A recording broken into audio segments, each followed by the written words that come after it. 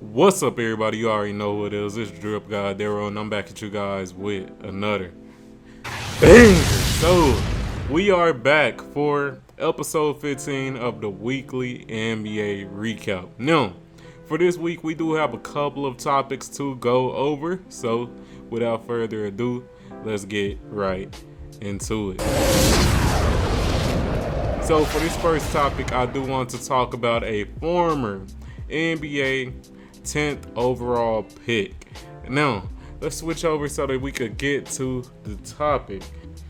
Alright, so we all switched over, as you guys can see. And y'all see the title, former NBA 10th overall pick traded in G League deal. Now, let's read more into this so that we can figure out exactly what's going on in this.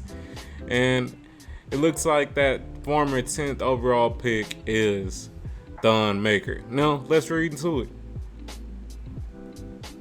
Thon Maker is coming off a year where he played in the CBA for the Fujian Sturgeons. The former first-round pick averaged 16.8 points per game, 10.2 rebounds, 1.6 assists, 1.3 blocks, and 1.7 steals per contest while shooting 44.3% from the field and 28.1% from the three-point range in 38 games. So, it looks like Thon Maker was actually playing in the Chinese Basketball Association. Shout out to them. And man, it looks like he was alright out there, but I'm not too impressed. But we can continue scrolling down. During the 2021-2022 season, Maker spent time with the Long Island Nets, G League affiliate of the Brooklyn Nets. On Thursday, the Long Island Nets announced that they have traded his returning player rights to the Fort Wayne Mad Ants, the G League affiliate of the Indiana Pacers. So, it looks like they have traded him over to the Indiana Pacers, and the reason that I did want to bring this to you guys is because it just shows you how you can have all the potential in the world, be a 10th overall pick, and things just not pan out. And I feel like that's one of the things that happened with Thon Maker. As we all know, Thon Maker, he was a player who had so much potential. He was a solid 7-footer, lot of reach. When he was coming up, he looked like he had the ability to do multiple things, hit the three, had a little handles, He had a lot of potential, but it just looks like things didn't pan out for him. Now, do I think he could make it back into the NBA? I do. If there are some injuries on certain teams, I do think he can get back in the rotation with the NBA, but I do think it would be a lesser role, maybe coming off the bench, giving you a solid 10 to 15 minutes a game. But, man, this is unfortunate that, his career just hasn't panned out. But I did, just like I said before, want to bring this update on Thon Maker because he was a player that I did see a lot of potential in, but just because you do have potential don't mean that you'll fully utilize that potential. So with that being said, let's move on to our second topic of the day. So for the second topic, I do want to talk about the Boston Celtics. It looks like they have signed a new player on their team, so let's get it, man. So, as you guys can see, another article right here from Fast Break on Fan Nation, and it says, breaking, Boston Celtics reportedly signed 3-year NBA player. So let's read it and let's get into it. Alright, so it starts off with, Lamar Stevens is coming off another solid year where he appeared in 62 regular season games and 2 NBA playoff games with the Cleveland Cavaliers.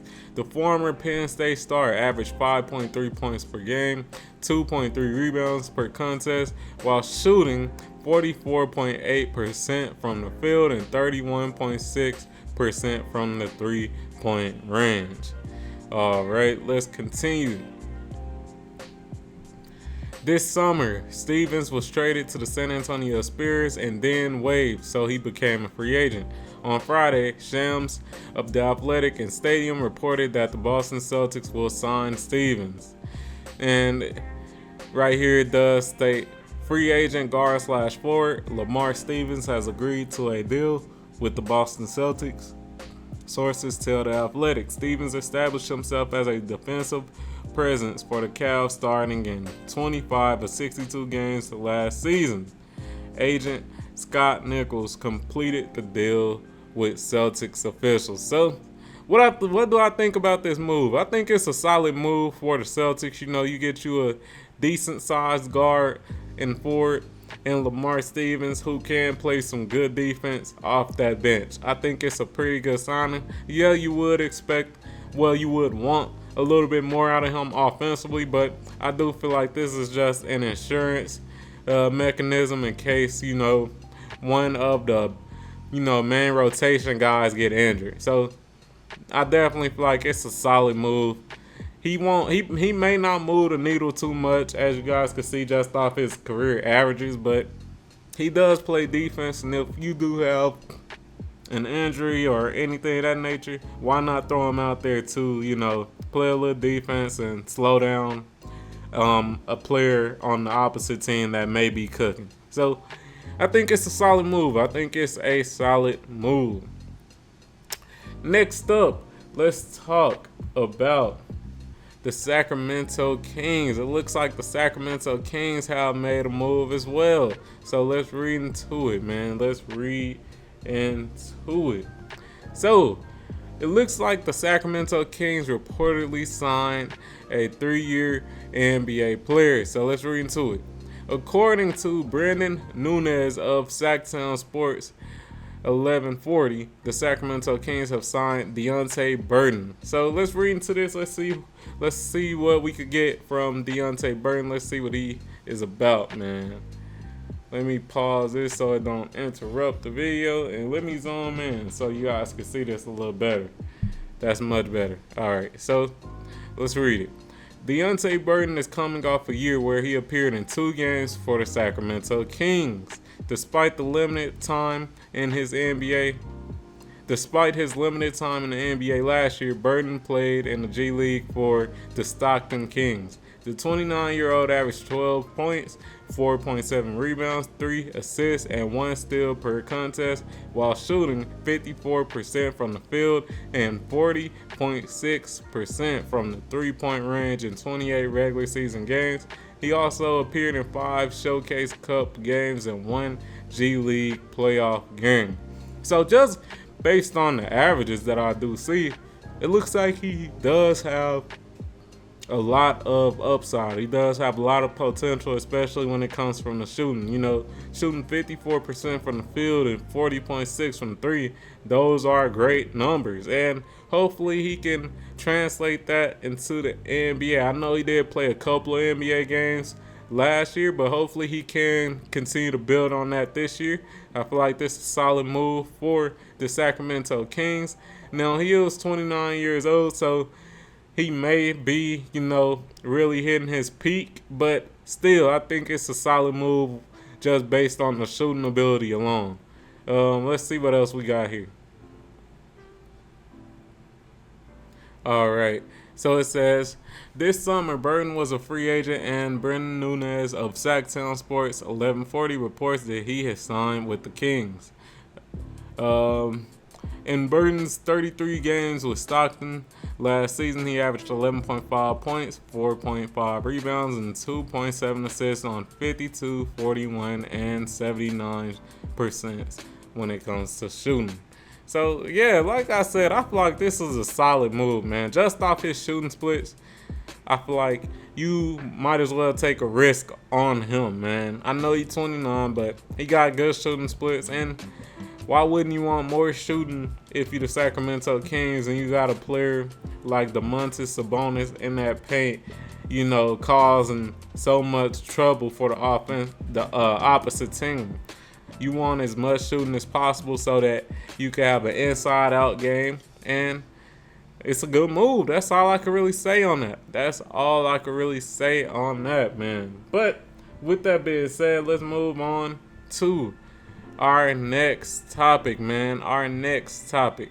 And that next topic is on Serge Ibaka. No.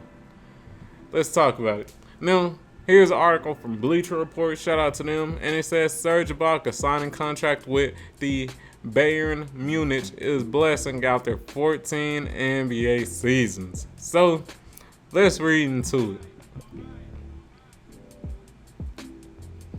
Alright, so it starts off with, after agreeing to a contract buyout with the Indiana Pacers in February, Serge Ibaka will continue his basketball career with FC Bayern Munich in Germany. Speaking to reporters on Thursday, Ibaka said he was thrilled about the opportunity.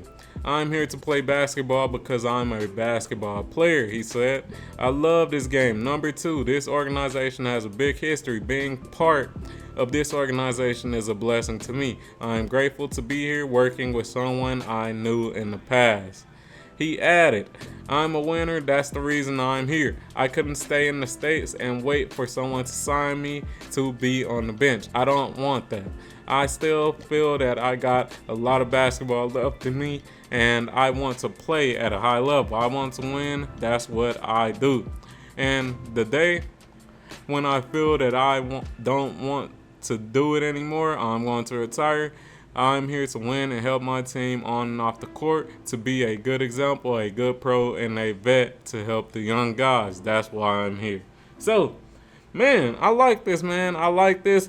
And I feel like this is a good move for Serge Ibaka. As we know, as I explained before, he did agree to a contract buyout. So, he should still be getting paid by the Indiana Pacers further on.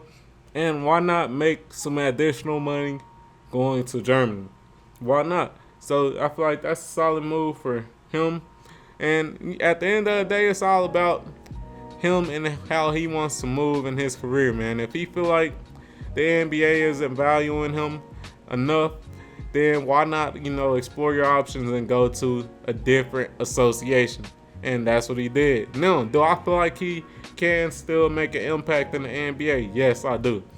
I think it would be off the bench, though, just keeping it real. Obviously, just based on what we just read, he wants a bigger role, but I do feel like he could definitely help a couple of teams in the NBA coming off the bench by far. So, it is what it is when it comes to Serge Ibaka. Whatever he feels like is the right move for his career, why not do it? And like I said, I do think he can make an NBA return. Next up, with the final topic for today, we do have a topic for Will Barton. Now, I ran across this article right here. Shout out to Fan Nation Fazberg. Shout out to y'all. And the title is, why is this NBA veteran of 11 years still a free agent? So let's read into it, man. Let's read into it. Will Barton is coming off a year where he played for the Washington Wizards and the Toronto Raptors. After beginning the season with Washington, he signed with the Raptors in February. The former Memphis star averaged 6.8 points, 2.4 rebounds, and 2 assists per contest while shooting 37.9% from the field and 36.7% from the three in 56 games. Despite only being 32 years old, Barton still remains a free agent on September 22nd and is available to sign with any team in the league. Now, I want to ask you guys a question. Why do you feel like Will Barton hasn't been signed? Me personally, I think it's just because defensively he can be, kind of hit or miss. And with him, really struggling offensively last year, I feel like that's what really has caused him not to get signed. As we read, 37.9% from the field, it's just not good. It's not good at all. And, with him already being somewhat of a defensive liability and then him not cooking, and by cooking, I mean being pretty good offensively, I feel like that's what's really holding him back.